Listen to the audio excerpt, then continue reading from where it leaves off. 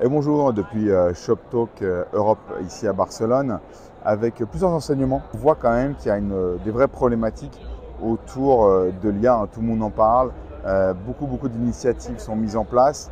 Malgré tout, on sent ça prend du temps. Et là, je vais revenir sur la conférence de Zenni. Donc Zenni, c'est un opticien en ligne aux États-Unis qui vend à peu près 20% des lunettes vendues en ligne aux US et qui nous a fait une démonstration brillante de son usage de l'IA générative pour créer des contenus, pour optimiser son site web.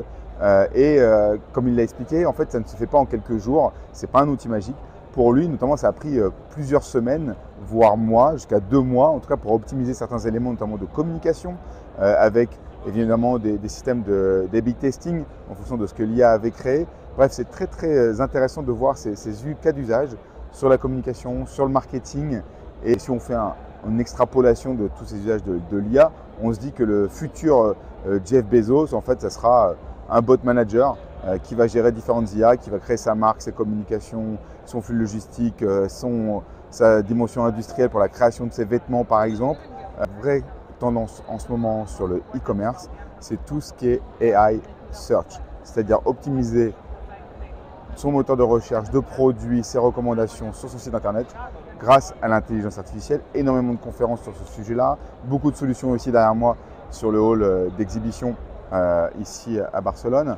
Et on voit que cette tendance à converser via des chatbots grâce au LLM pour avoir accès aux produits que l'on recherche. C'est-à-dire qu'on ne va plus taper simplement des mots-clés, on va taper des phrases entières, on va même converser, parler, dicter ce qu'on cherche comme produit et on va même pouvoir optimiser. Il y a des systèmes de configurateurs ici via la voix, donc je vais pouvoir parler au bot et il va adapter ma cuisine. C'est vraiment cette tendance de l'AI Search pour tous les sites e-commerce.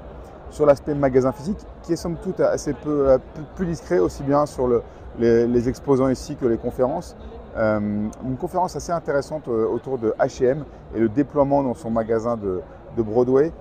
La RFID, comment ils optimisent, on fait digital twin du magasin pour optimiser la gestion du magasin, tracer les prises en main et ainsi de suite, en faire quelque part de ce magasin physique un double du site web.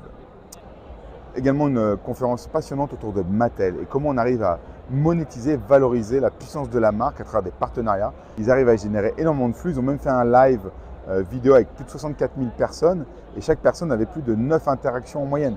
Donc imaginez bien toute la quantité de données qu'ils ont pu analyser pour créer derrière des collections de Barbie du coup à collectionner.